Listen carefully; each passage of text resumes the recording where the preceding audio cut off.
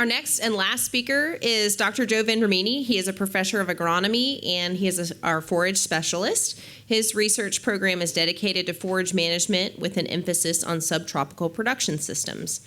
The major area of interest is forage livestock interface and the impact of forage management on forage and animal production and environmental quality. Dr. Vendramini also has an extension focus, which the main objective is to disseminate science-based information and to provide educational activities and extension publications to stakeholders, educators, and producers. Dr. Vendramini? Thank you, Lauren. Yeah, thank you all for being here today. I think we got a nice day here, and I see some familiar faces that have been here for more than 50, and I see new faces. So it's great to be here today. I have some good news for everybody before I start. The first one is I am the last speaker.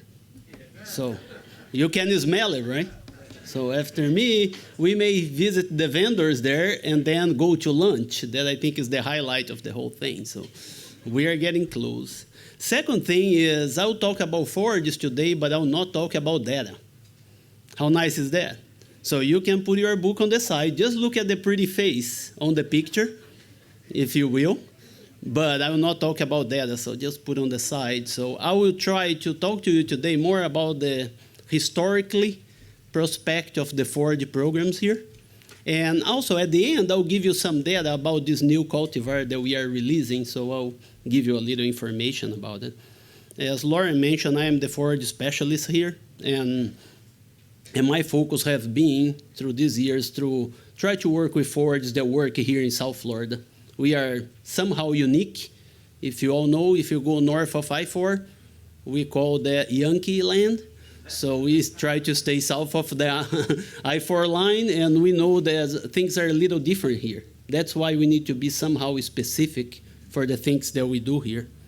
I tell everybody I go to these professional meetings and people look at me with that face and they can't pronounce the grasses that I work with, right? They say the first two words and then they quit. Oh, you work with this limpo thing, right? And I say, yeah. And at first it bothers me a little bit, right? Because you are not in. I go to give my presentation and there is nobody in the room. Everybody left because they... But now, you know, I think it's the highlight of my program. So I tell them, you work with alfalfa and fescue, right? I work with the grasses they use in 60% of the world. So keep going with your little thing, so I am doing my thing. So, and that is about South Florida. It's very similar to most of the tropical and subtropical areas. So we have a great diversity of things to work with. And I think that is probably one of the highlights of my program. So one thing that I would like to mention is about the IFAS program in forages. Also, I will blow my own horn here, if I will, but bear with me. So we have seen the throughout the whole United States, you know, the forage programs are pretty much dying. We have states that they have one through the land grant system or none forage people. And we here in Florida, through IFAS, we have the largest and the strongest forage group from the nation. We have the greatest number of people, and I am pretty positive that we'll have the greatest number of outcomes out of our program. And that makes me really proud to be part of this group because IFAS keep feeding that program because they know that we need grass, right? We like to talk about cattle, right? Let's be honest, right? We like cattle, but we need grass here. If you don't have grass, you're going to end up going to the feed store and buying all your feed. So then there is no fun anymore. So you spend all your money in the feed. And so I just would like to point out how important it is to be part of this IFAS group that is really focused on forages. I try to raise some historic data on the forages, and I felt that were pretty amazing to me, what I found out. And I have to acknowledge that Dr. Quisenberry in Gainesville, he's a retired faculty member. He helped me with the search. But I would like to ask you, when do you think was the first grass released by the University of Florida? Any guess? Alvin here is telling me that it's Pangola, right? Pangola was 1936, right? It's probably one of the highlights of the release because Pangola became quite popular. Who here has heard about Pangola before? Great. That is a pretty nice group. I think I have a mixture of ages here. Some of the young folks, they haven't heard about Pangola because, by now I think we have better material. But it was a landmark, but that was 1936. But the first one was 1892. So that was the first grass released by the University of Florida. So then we talk about releasing new grass. We have a lot of history behind. And most of these releases were trying to address the concerns of the clientele. Some of these grass are not here anymore. And I felt that was quite important. This research center started in 1943. So we have grass that was released even before this research center was established. So if you are from South Florida, right, do you have any Floralta in your fields? I think here I have been doing a podcast, and I ask people from South Florida, tell me your two grasses, the one that you like the most. You know what they are, right? Larry? Yeah, Floralta. And? Three, Floralta, Bahia, and Bermuda. Yeah, Floralta and Bahia grass. They are the ones that everybody has it. Everybody have some Floralta and Bahia grass there. Floralta was 1984. And we were lucky that about 5 years ago, we released 2 new cultivars of limpo grass that are better than Floralta. So I think that is the program, the focus that we keep. So we found out that we have 107 forages released by the University of Florida between 1892 and now. 107. So that's quite remarkable. I didn't compare with other states, just to have a... But I felt that was quite interesting. It's a lot of forages. Some come and go, right? But we need to keep feeding and trying new things, so we'll find one that will be more efficient. I think right now, nobody wanted really to produce more, right? We wanted to be more efficient.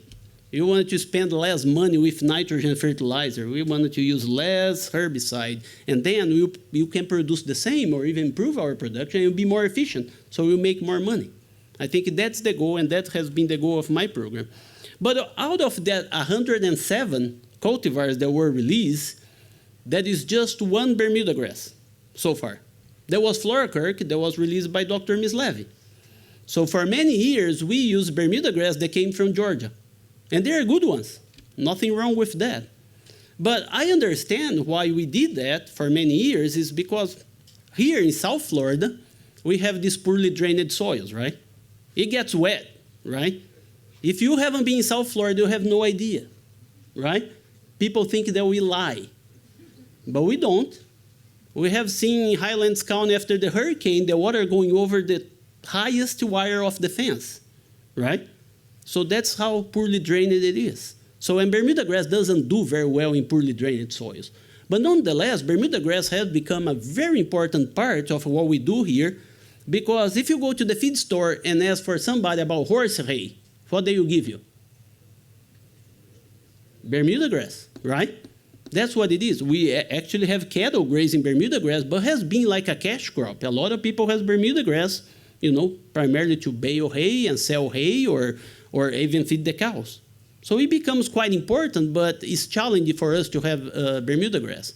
And we start here, I think, right when I came, because, Tifton 85 was released, was not doing very well, and then was dying because Dr. Mislevy had the most experience. Tifton 85 here. It was very difficult to keep it alive because it was too wet. And then Jigs came. Are you familiar with Jigs? Everybody heard about Jigs, right? You go to the feed store, you ask, I want a horse hay. They say, oh, I have Jigs, right? Jigs became quite popular because it can tolerate some water standing. But it has problems, right? When I brought, Dr. Mislevy brought Jigs from Texas to this research center, and some producers also brought some, and they start, Mr. Kerry Lights is not here, but he was the one that using a lot of Jigs at that time in Polk County. And Jigs shows some merit, and it was doing pretty good when you keep it alive and have a good fertility program. And then producers tell me that we need to know about Jigs, because at that time we have, and Dr. Mislevy started doing the research, and I just keep going. with jigs. One time, my student was presenting a paper, and a friend of mine that works at the University of Florida said, well, I don't even know what is jigs because it was never released. I don't even think it exists. You create something, you are just making stuff up. And then there was a wake-up call. I said, yeah, that's true, probably was not released. So then I went, and we didn't release, but I registered jigs in the USDA data bank. That was not. So jigs is a grass now. So somebody can tell me that doesn't exist? No, it does exist. You go to the USDA data bank, it has my name on, and came from Ona, Florida. They say, oh, it came from Texas. I said, The one that they have is not the true one. We have the one here from Ona that Dr. Mislevy brought it, and that's the real jigs. You can call whatever you want, right? That's the plant that they have. So it's official. But still, trying to work with the jigs, so we saw those limitations on the Bermudagrass. It has been a struggle because of fertility, poorly drained soils. And then in 2000, Dr. Mislevy noticed in a field of Tifton 85 that he had that there was this off-type, Bermuda, that was doing quite good. So I would just take the chance to, if you haven't met, I think probably most people that are here have heard or met Dr. Mislevy. He was a faculty here for almost 30 years, I think. And he did most of the work that I'm doing right now, he did back then with these grasses, with interaction with grazing. And one thing that Dr. Mislevy was notorious, and everybody knows about it, there is no gray color in the earth. Things are black or white, and they are good or bad, and he will tell you.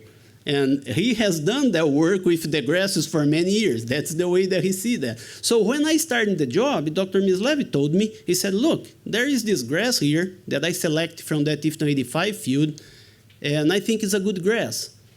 So if he said that, it is a good grass, right? So I just need to do some work, but he had data, he tested.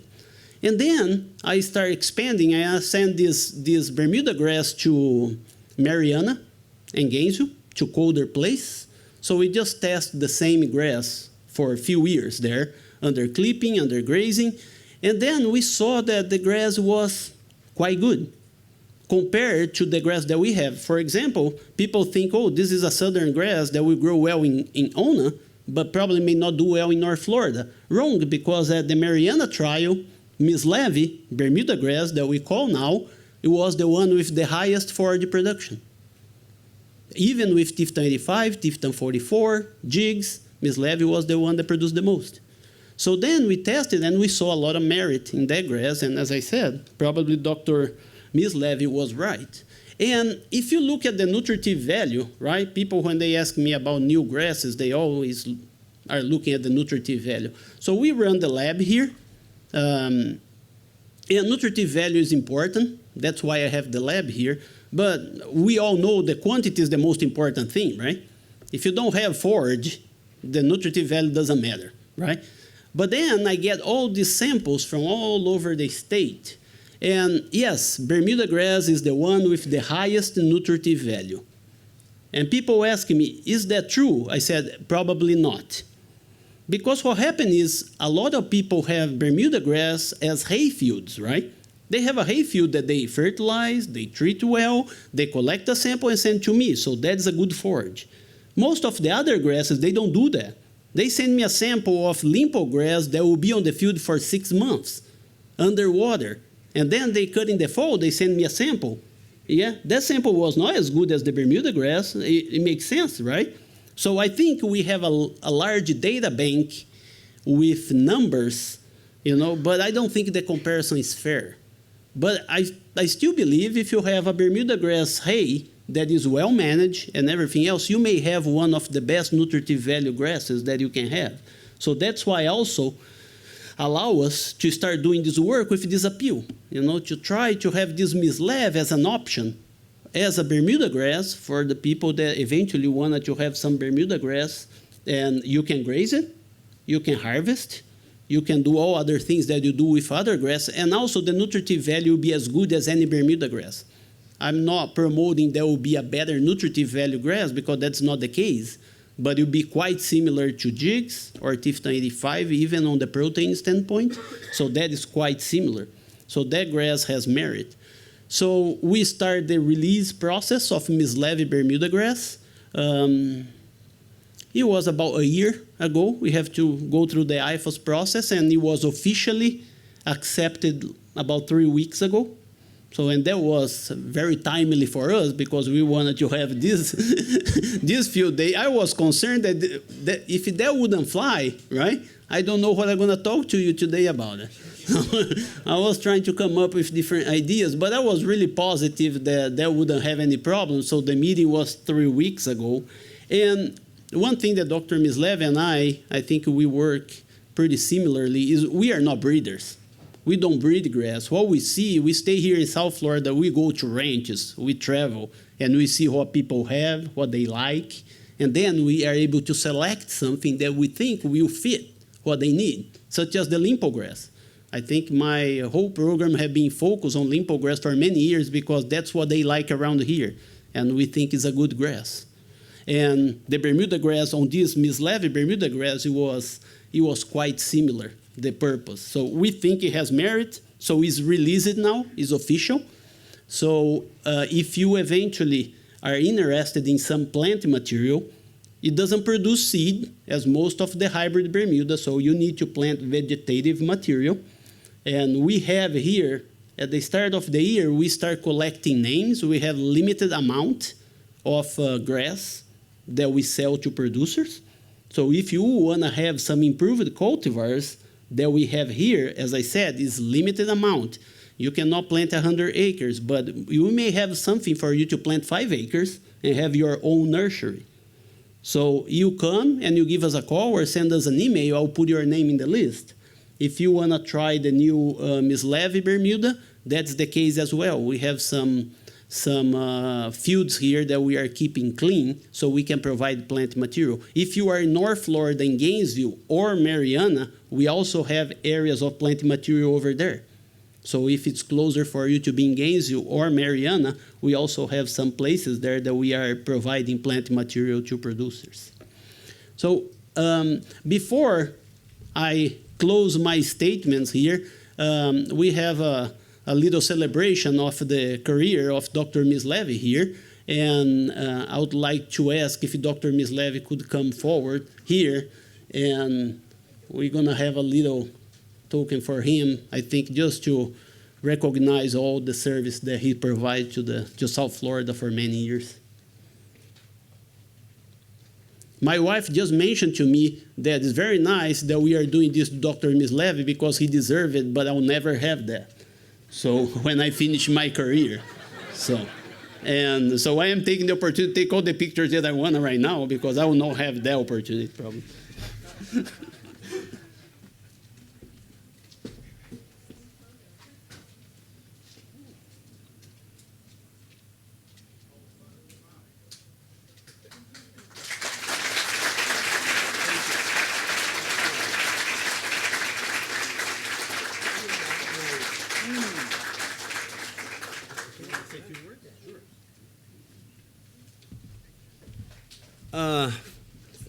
First of all, I want to say I've been out of this business for 13, 14 years now, so I don't even know how it feels to be behind the microphone anymore. But I want to say thank you to University of Florida, IFAS, the Release Committee in Gainesville, Dr. Vendramini, Brett Sellers, where's Brent? Someplace here. And all of those that were involved in the release or behind the scenes in the release of this grass. Now, Joe told you a little bit about it. I don't know, do I have a minute, Joe? Yes. Joe told you a little bit about it. Back in the late 90s, we were working on a light study. You know, you heard the new bahia that come out now that grows in the wintertime. And you'll get more production from this new bahia than you will from anything else we've had. But first we had to figure out why doesn't this bahia grass grow in the winter? And we got it narrowed down. It wasn't water. It wasn't temperature. It wasn't fertilizer. You have all that some years.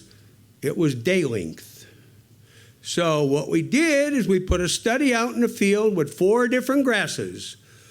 We used Tifton 85, Pensacola Bahia, because that was the one we wanted to study day length on, and we had, I think, Florikirk, Bermuda, and Joe, I don't know what the 4th one was, but anyway, it was a stargrass, I think. And we had them out there, put the light up in the middle of a 100-foot plot. Put the light up, and halfway down the plot, and the light was showing to the north. And we had 2 reps going to the north, 2 reps going to the south. Well, we went out there to harvest in maybe January, maybe February, cool winter conditions. And Tifton 85 from the previous harvest, which means it was growing for 30 days, grew about this much, about an inch. Well, that doesn't feed very many cattle. So we saw this common Bermuda grass growing out there in the Tifton 85. And now the Tifton 85 didn't come from Ona that I planted out there. I brought the real McCoy in from Tifton just to make sure we had good, pure Tifton 85. Well, in that Tifton 85, it was one plant that stuck up a foot above Tifton 85 after 30 days of growth. And that's what Dr. Vendramini is talking about. And we brought it to the greenhouse.